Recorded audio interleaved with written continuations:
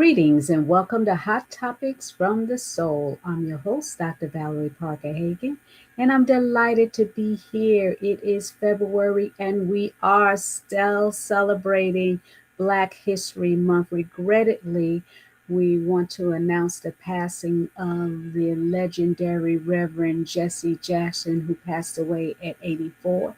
He was a civil rights leader, and we are excited about the legacy that he has left and how he trailblazed the path of freedom working alongside the Reverend Dr. Martin Luther King. Also, on a good note, it is also the birthday of Les Brown, the motivational speaker, and his twin brother, Wesley. I'm bringing to the stage my co host, and he will share a little more about this exciting month of February, and then we'll go into the show Relationships Becoming You. Absolutely. Thanks so much, Dr. J.R. Thicklin here. And yes, indeed, as we're in the middle of Black History Month, not that anyone chooses a time to pass, but when you think of Reverend Jesse Jackson passing in this month, you cannot deny the fact that he was fierce. He was relentless. You have to understand he was a young man when he was with Dr. Martin Luther King Jr. At 26 years old, I believe he was, when Dr. King was assassinated, and he was there with him. But from that point on, it was Jesse Jackson who oftentimes stood up, when he founded Push, People United to Serve Humanity, and he continued to push forward. And we have to remember, long before there was a Barack Obama, it was a Jesse Jackson who twice, ran for president, and Okay. and made some real inroads inside of that. And one of my most iconic moments was young, all the things that he taught us, I am somebody, he stood up in the side of those things. But I will never forget that moment, the night that President Obama was elected in 2008, and seeing Jesse Jackson there in that crowd, Right. tears streaming down his face, understanding that the dream had been fulfilled. And one thing about it, it came from a place of appreciation and gratitude, not from a place of hating. And I appreciate that, the life and the legacy of Reverend Jesse Jackson, and we'll forever just honor that. And we take the time, continue to celebrate, keep his name in the air as we pray for his family. And Yes. as you said, we can't forget about our friend, Mr. Motivator himself, on this day. That's right, Mamie Brown, baby boys, right? Both Leslie and Wesley. So Les Brown name is it's eternal inside of you talking about motivational speaking. So we want to wish both of them, Wesley and Leslie, a happy birthday. Absolutely, Dr. J. I've had the privilege of representing him for almost 30 years, over 30 years now. Yeah, Yes. I was a little baby when I started, but I had the pleasure of working with greatness, and I will forever be grateful for the opportunity that God has allowed me to do that, and Yes, the lives that He's transformed over the years are countless. So he's absolutely. definitely an icon and a living legend. Absolutely. Absolutely. Well, there's so much to talk about tonight, but we have a show that, as we're in this month here, month of relationships and love and all those different things. And I pray everyone had a good Valentine's Day weekend, a Valentine's Day, or whatever you celebrate. I tell people that that's the day that, quote unquote, that nationally people have agreed to. But your Valentine's is your Valentine. Celebrate all the time. Every day. Yeah, and every day, and that's very important. But I think that we have something very special tonight to talk about when we talk about relationships becoming you. And I think that what a topic, because all of that is interesting. When people think about relationships, one of the things I say about relationship, a relationship should not be where people come to find themselves. No, it's not a discovery ground. It is, but it's a place where you bring your whole self. And I think that's the main premise there, is that a relationship is not a place that you go to find yourself, but it's a place where you bring your whole self. And I think if you start with that in mind, it'll definitely help you down the line to to avoid many, if you would, I call a trap and many potholes inside of pursuing this thing we call love. Absolutely, Dr. J. And basically, what you're saying is come authentically. Right, You right. have to come into a relationship being authentic. You know, you always send an interpretation of who you want that person to think you are as it Yes. relates to that relationship that you're in. And I think that's what causes a lot of turmoils after the fact in a relationship, because then the real you shows up and that's not who your partner, you know, bargained for. They were like, where did this person come in? But sometimes, you know, you fall in love, and even though that person, the interpretation that you thought was authentic isn't, you're so vested in it that you try to, ride the wave and hoping it'll smooth out and you can come into some common ground, but that's not always the case. So this is real talk. We have to bring our real authentic self to every relationship that we embark upon, because it's not fair to that other person to get an interpretation and then find out that you're fake at the end of the day after all this time has been spent. Yeah, and the other side of that is this: it's about really being honest with yourself. See, sometimes it's not a matter of totally being dishonest with the other person, but it's a matter of you not being honest with yourself. Because what I believe is this: is that we have to have wholeness before togetherness. We have to be whole before the togetherness. And I think that too often people can approach relationship looking for a rescue, looking to for someone to accept them, looking for someone to complete them, uh, looking for someone to come and just make it all better. Uh, you know, looking for someone sometime to fix what is broken. And Hmm. so that's not fair because you come in from a deficit uh, point of view. You come in a deficit. And so as you enter that deficit, oftentimes you're trying to do everything to gain that person validation. You're trying to do everything to gain that person's approval. You're trying to do those things, and you can find yourself performing, right? Rather than being.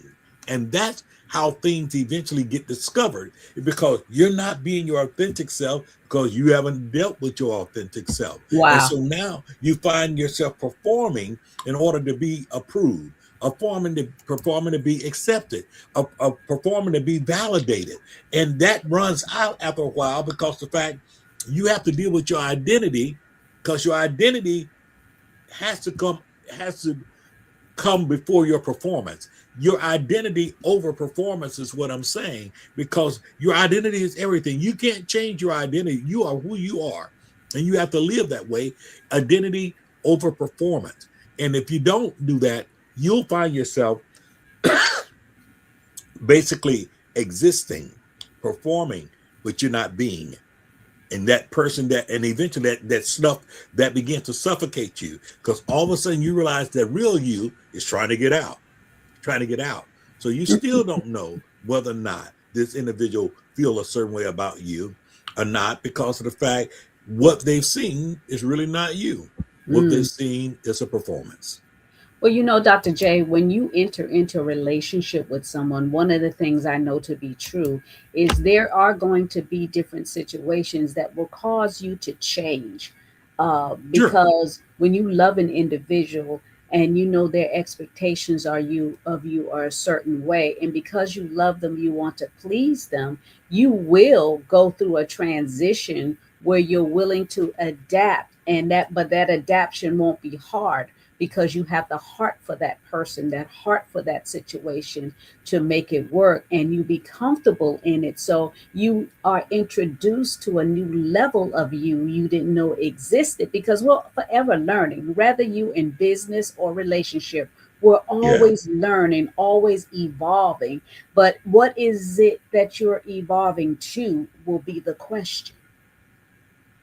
Yeah, that's a real good point that you make there inside of it.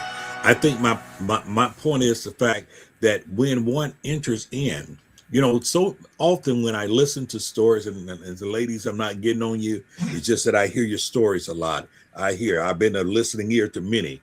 And so what I hear is almost like waiting on someone to come rescue them, waiting on Mm. somebody, that person to go come and The change knight in everything shining around. armor. Right.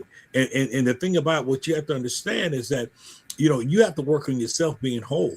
You have to work on yourself being, because it is what we see oftentimes play out in a lot of what we call celebrity relationships. And when I say celebrity relationships, I'm not just talking about, the mega stallions and, and all these other folks like that. I'm talking about people even in the church. Let me go there for a while. That we begin to play these roles, right? We play these roles that have been put in our minds. So we start putting on these performance and these airs, because what has been told to us is this is what a power couple look like, and this is what this looked like. And people perform, and that's not even a real you. You don't even really like them that much. You just kind of like the attention you get. You really don't even care that much, but you like that. And so we play into these roles. So we live into these roles and this performance that we have, and the performance is greater than the relationship, the performance, but they're not living.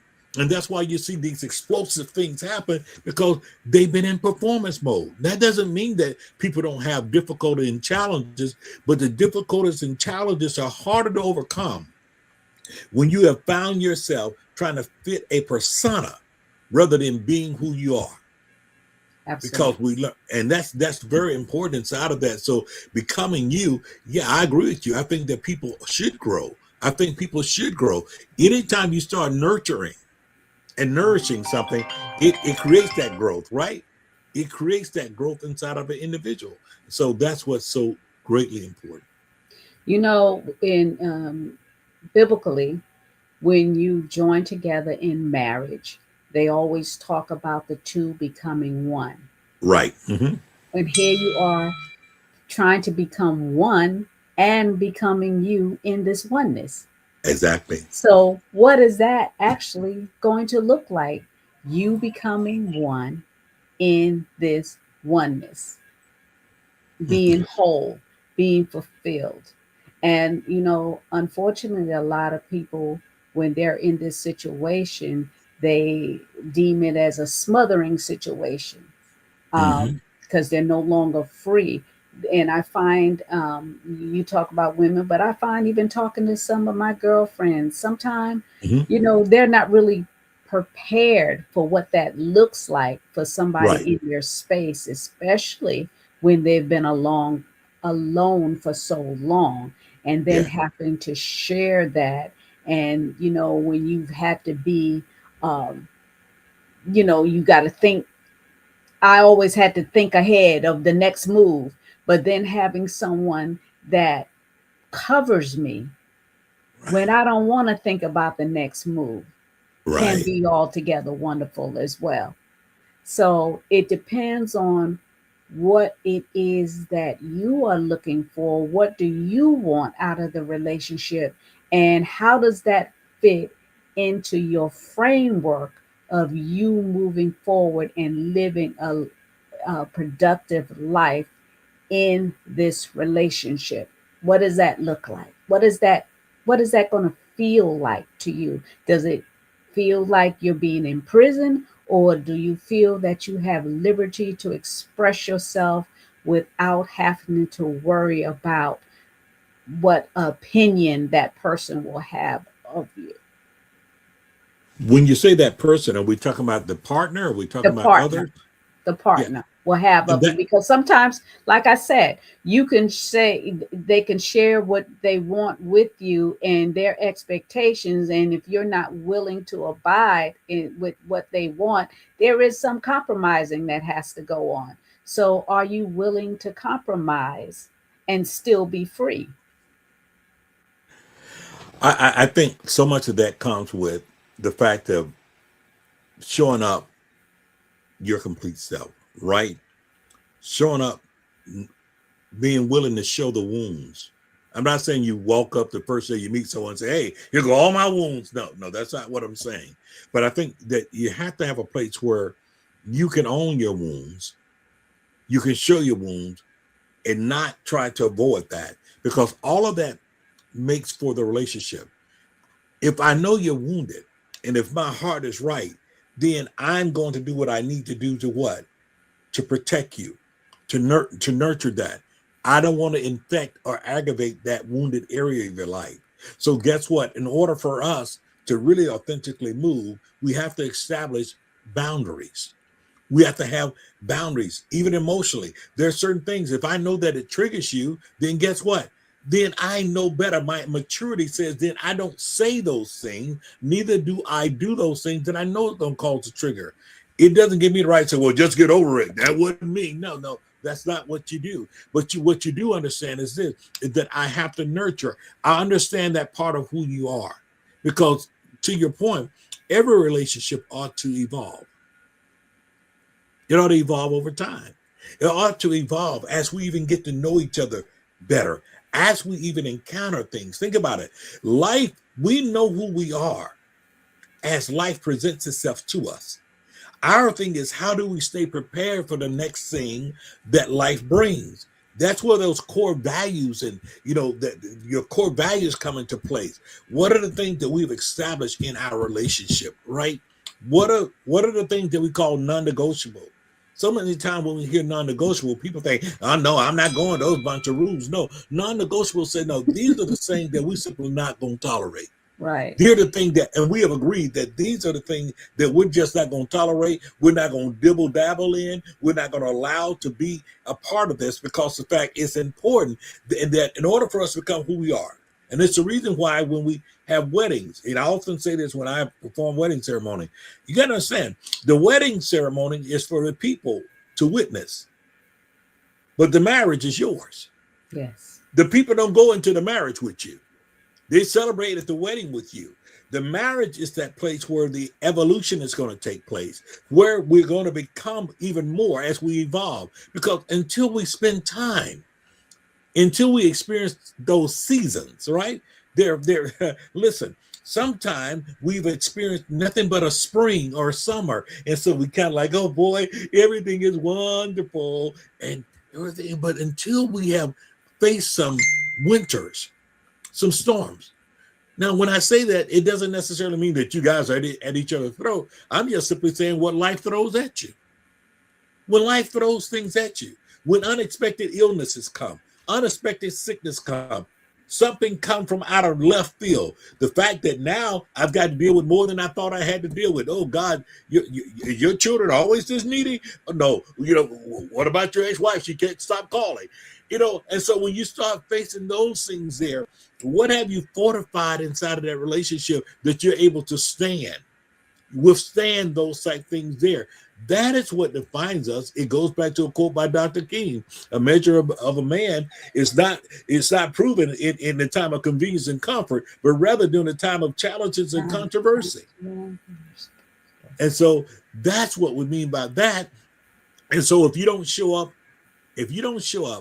in your authenticity and behold, then I don't even know how to handle you. You don't even know how to handle me, right? I don't know what your capacity is because what you're showing me is not you. What you're showing me is what you think I want you to be. But become who you're going to become because the fact you start off being who you are. And we know what Absolutely. we're working with. I know what we're working with. I know it's almost like the fact, and it may be a simple example. You know, my wife is short. Y'all almost about the same height and everything like that. Well, it's funny. Watch Sometimes I it, may buddy. okay. Sometimes I may walk in the kitchen, right? And she's there's something in that cabinet up there that she's trying to get. Of course, I could reach up there and what? Get it for her, right? Because the fact her height, she's vertically challenged. We'll put it that way there. But you know what? Uh-huh. Before she met me, you know what she did?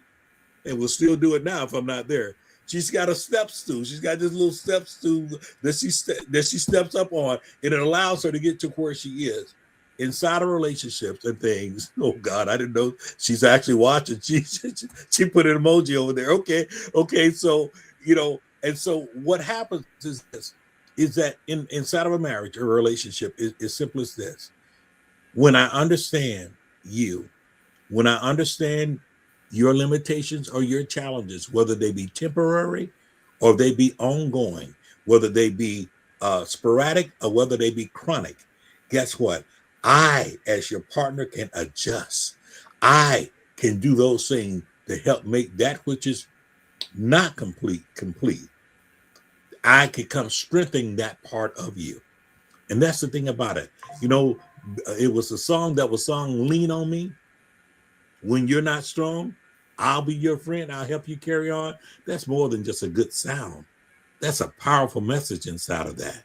And the thing about it, when we don't come authentic, we don't we don't give that other person really the authentic permission to truly Yeah, you lead. don't get the permission for them to be themselves because then you Exactly. want to walk on eggshells. And you brought up several different things, and I can relate to when a partner is ill or going through physically in their bodies because I'm experiencing that right now with my husband. And I can tell you that it is a trying thing to watch someone you love suffering and pain, and when especially when they're such a wonderful person. But Absolutely. I fell in love with the total man, not a Exactly. partial man. So even though he's going through these infractions in his body, I still love him the same. And I Exactly. appreciate him even more so because the fight he has is for me. Yes. Exactly. The stability he's trying to fight for is for me. So I appreciate and celebrate him even more. And even when it comes to blended families, you brought that up too. Right. Well, there should be boundaries in every Right. relationship, boundaries as it relates to the children, boundaries as it relates to the ex-wife. Everything is, disconnected because, you forgetting all and cleave to your wow, cleave to that spouse because Yeah. there is a journey that Yes. has to be forged, that you forged together. That time was past, so now you got to move on into the newness to see what goes on in your twilight years because after all, and when you are a certain age, this is what you look forward to, someone you can be at peace with and they Wow. at peace with you. So, adversity introduces you to yourself. Yes. Just like love introduces you to yourself because you find out that you have the capacity to love and do more than you ever thought you could imagine because you've never been there before. So, yes, you will evolve. You will expand your emotions, you will expand your Yeah. thinking to include someone into your life space and trust them with your heart. See, a lot of times when we're in situations where we're in a relationship because we're afraid of the exposure of who we are, that person may not love us or accept us for Right. who we really are. We downplay ourselves instead of being authentic. Anita Hicks, one of my motivational speakers, she talks about authentically you. What does that look like, authentically you? But you said at the top of the show, a lot of people don't know who they are. So they can't be authentic. So they become everybody's chameleon, not just their partners, but everybody around them. They become chameleons to adapt to their, and then till they can't adapt no more and they explode. Then they have mental breakdowns. Yeah, I'm looking at one of our viewers that Derek says, and he speaks as a point. He said, "You're sharing a powerful conversation, which reminds me of a book my mother had. Uh, I am okay. You're okay. The first place I find clarity is to love myself and know why.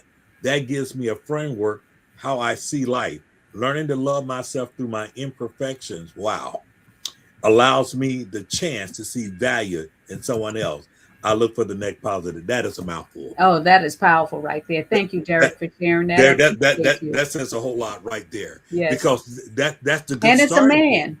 man. Exactly. And I get really excited when I see men and brothers come to these type of revelation and these type of things because the fact we uh okay, I don't know if you see that other remark after that, but when men come to this conclusion, that they have done a lot of inner searching. That they've done a lot because they and oftentimes are trans. they are definitely working against the norm, what culture says, and they're willing to go on the limb to find out for themselves. Uh, okay, short in Thank you stature, so mighty in much, power. Wendy. I appreciate you, dear.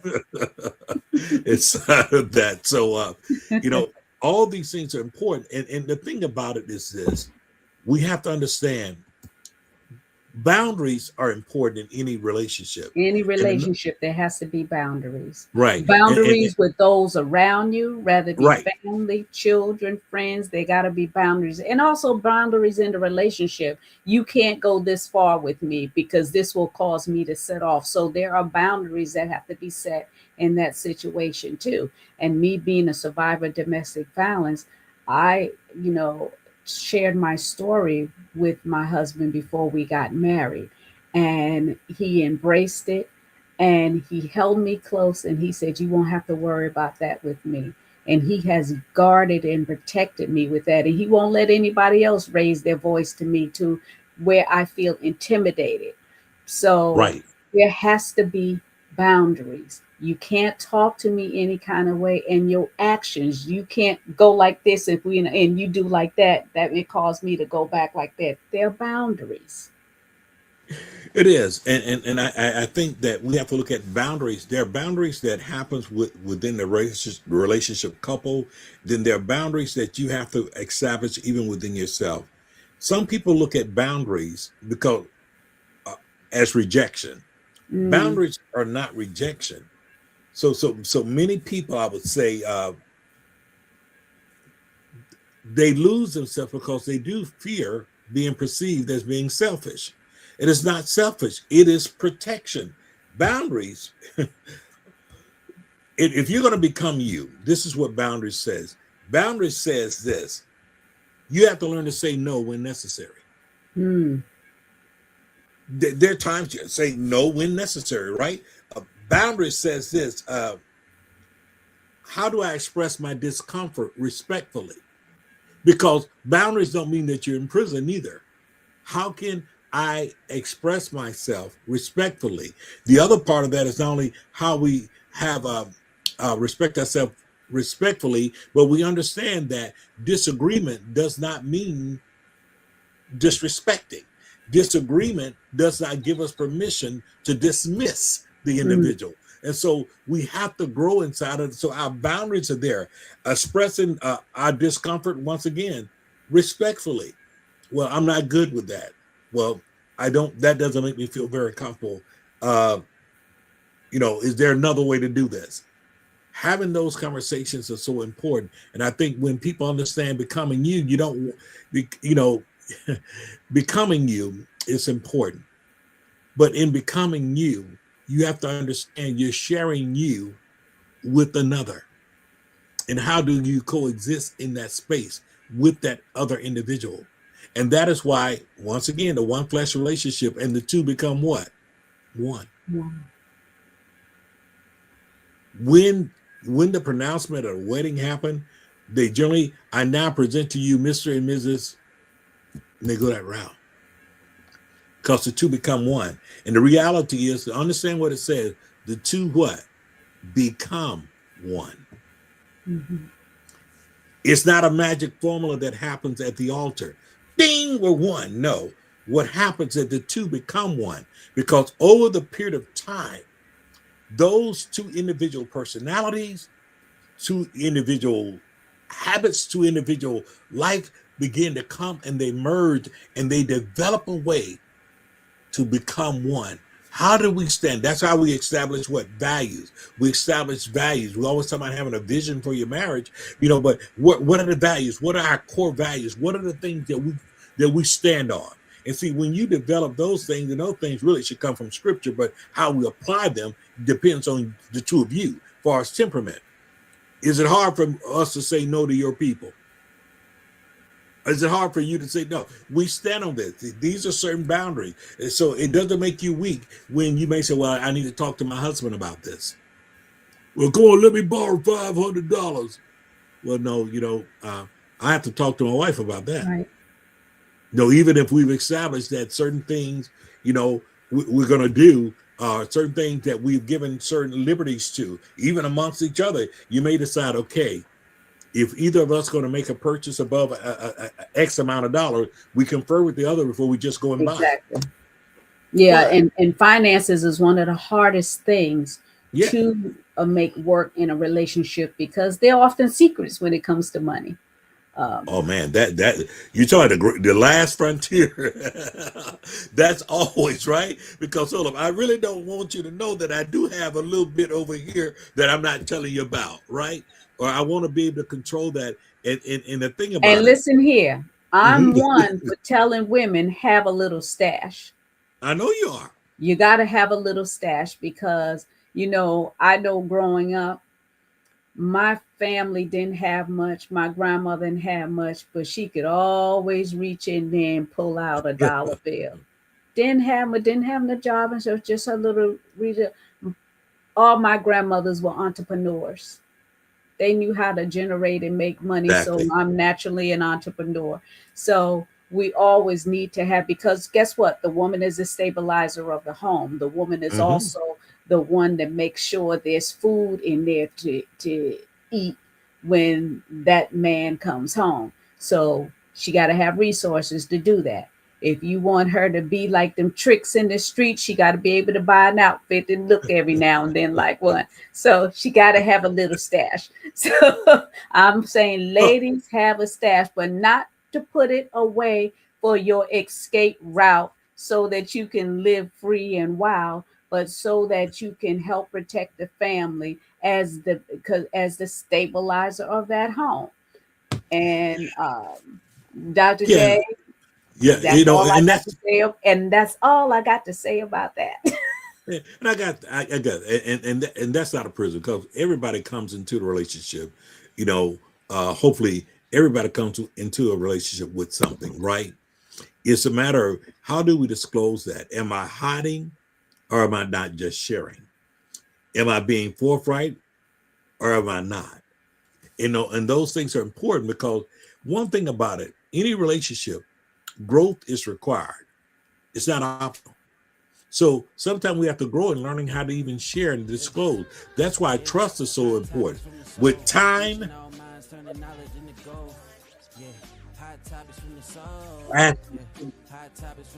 and we grow comfortable together, we trust each other. And the more we trust each other, we're willing to ask ourselves the hard question. Ask each other, where in what areas am I immature? Yes. And what areas I need to improve on things? And what areas? And I can safely ask you that without thinking that you're trying to put me down.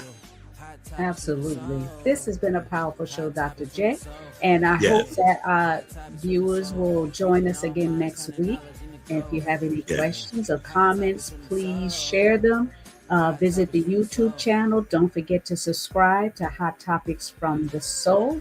And we will be back next week. And here is the information so you won't get it mixed up. Subscribe YouTube Hot Topics from the Soul. Until next time. Hot topics from the soul. Hot topics from the soul.